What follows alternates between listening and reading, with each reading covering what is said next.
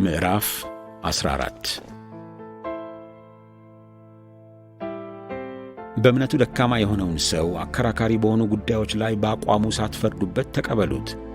የአንድ ሰው እምነቱ ማንኛውንም ነገር እንዲበላ ይፈቅድለታል። በእምነቱ ያልጠነከረው ሌላው ሰው ግን አትክልት ብቻ ይበላል። ማንኛውንም የሚበላ የማይበላውን አይናቅ፣ የማይበላውም የሚበላውን አይኮንን፣ እግዚአብሔር ተቀብሎታልና። ሌላውን በሚያገለግል ላይ የምትፈርድ አንተ ማን ነህ? እርሱ ቢወድቅ ወይም ቢቆም ለጌታው ነው፣ ጌታ ሊያቆመው ስለሚችልም ይቆማል።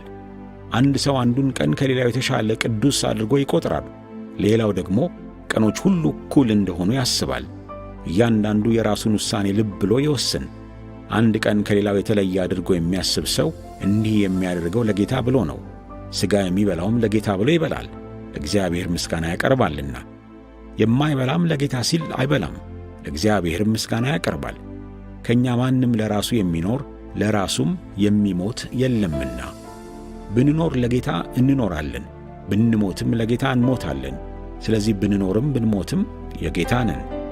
ለዚሁ የሙታንና የሕያዋን ጌታ ይሆን ዘንድ ክርስቶስ ሞቷል፣ በሕይወትም ተነስቶአል። ታዲያ አንተ በወንድም ላይ ለምን ትፈርዳለህ? ለምንስ ወንድምህን ትንቃለህ? ሁላችንም በእግዚአብሔር የፍርድ ወንበር ፊት እንቀርባለንና።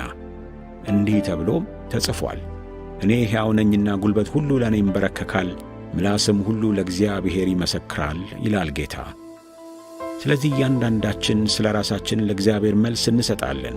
ስለዚህ እርስ በርሳችን አንዱ በሌላው ላይ ከመፍረድ እንቆጠብ። በዚህ ፈንታ ግን በወንድምህ መንገድ ላይ የማሰናከያ ድንጋይ ወይም ወጥመድ እንዳታስቀምጥ ቁርጥ ሐሳብ አድርግ። በጌታ በኢየሱስ ሆኜ በራሱ ንጹሕ ያልሆነ ምንም ምግብ እንደሌለ ተረድቻለሁ። ነገር ግን አንድ ሰው አንድን ነገር ንጹሕ እንዳልሆነ የሚቆጥር ከሆነ ያ ነገር ለእርሱ ንጹሕ አይደለም።